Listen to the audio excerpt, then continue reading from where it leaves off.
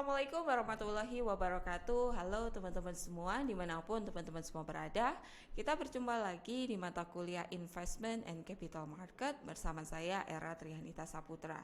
Pada sesi kali ini kita akan membahas tentang analisis fundamental.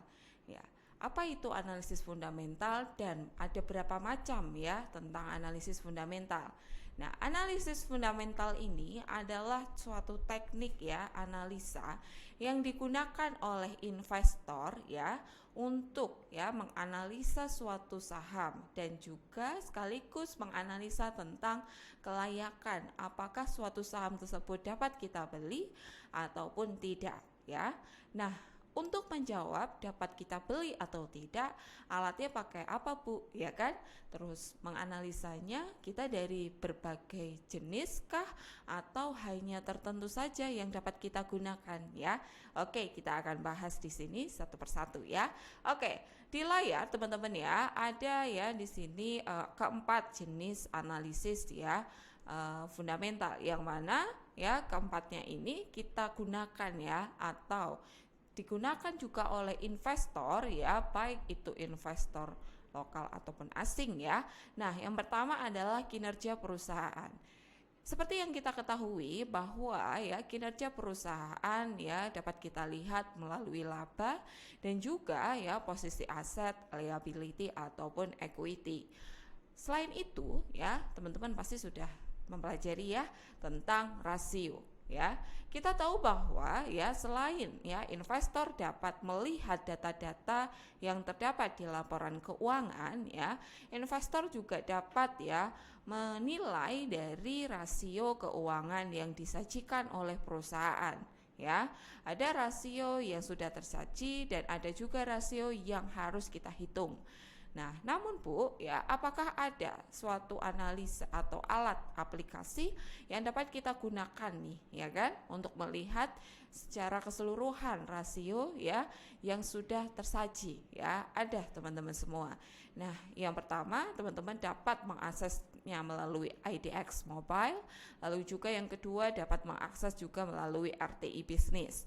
Nah, kedua aplikasi tersebut ya tersedia dia di Play Store. Nah, dalam kedua aplikasi tersebut tersaji tentang rasio keuangan dimulai dari rasio profitabilitas, ada juga rasio solvabilitas, ada juga terkait dengan tadi earning per share, ada juga posisi asetnya di mana, lalu juga ada total kewajibannya ya.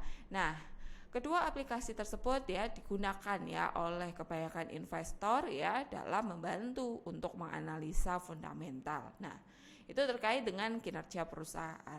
Lalu, apakah hanya sebatas ya kepada rasio kinerja keuangan saja ya, rasio keuangan saja? Nah, tentu tidak ya teman-teman semua. Ya, sebuah perusahaan dapat mencapai laba atau mendapatkan hutang dari luar negeri misalnya, atau juga dapat memperoleh posisi aset ya sekian triliun ya, dibutuhkan juga ya analisis yang lain ya, dibutuhkan juga parameter-parameter yang lain. Nah, yang kedua di sini terkait dengan persaingan usaha ya, di mana ya suatu perusahaan pasti ya dalam prakteknya ya pasti menghadapi ya pesaingnya ya. Nah, terutama ketika ingin mendapatkan laba yang maksimal. Nah, ketika suatu perusahaan ya katakanlah PT ABC ya, teman-teman. Nah, PT ABC mendapatkan laba sebesar 10 triliun ya. Lalu ya, teman-teman di sini pasti ya berpikir bahwa loh bagaimana tuh caranya ya kan? Lalu melihat ke belakang ya dari segi persaingannya ya. Laba 10 triliun. Oh, berarti ya pasti ya banyak pesaing tuh ya kan perusahaan ya karena mencapai laba yang sangat tinggi. Nah, di analisis persaingan usaha nanti teman-teman dapat gunakan ya analisa ya kekuatan ya kelemahan, opportunity dan ancaman.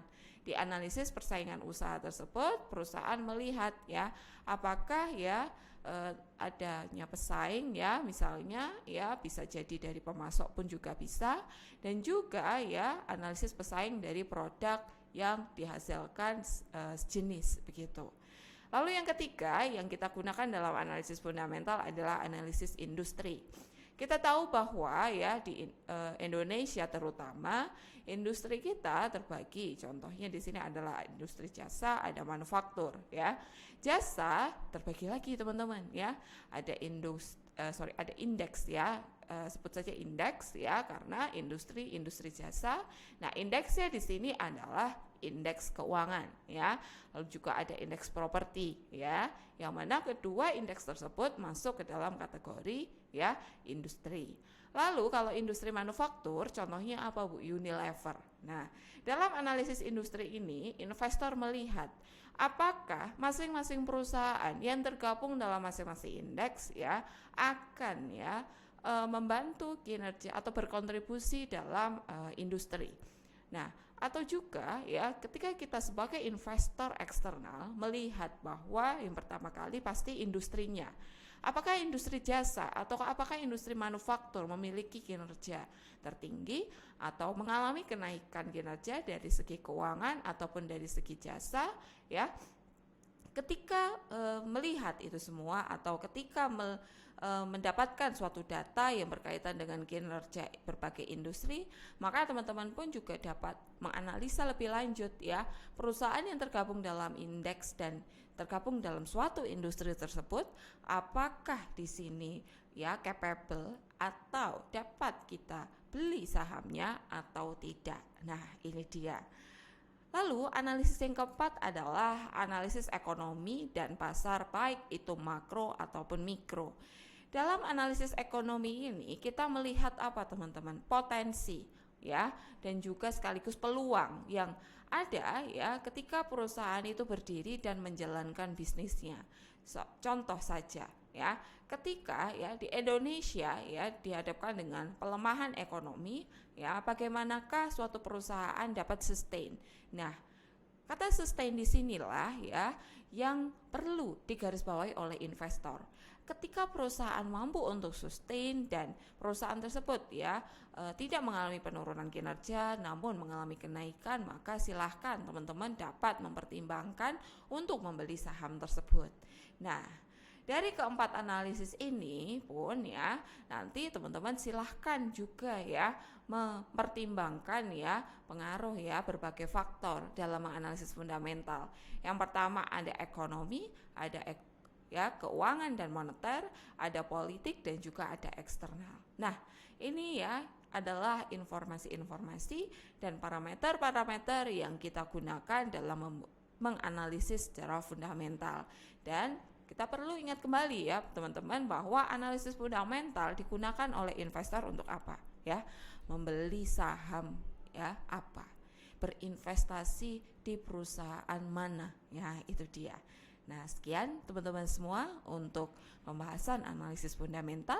Kita jumpa lagi di sesi selanjutnya yaitu tentang analisis teknikal. Kalau ada pertanyaan silahkan boleh disampaikan melalui WA Group atau juga dapat disampaikan di kelas. Sekian dulu dari saya. Wassalamualaikum warahmatullahi wabarakatuh.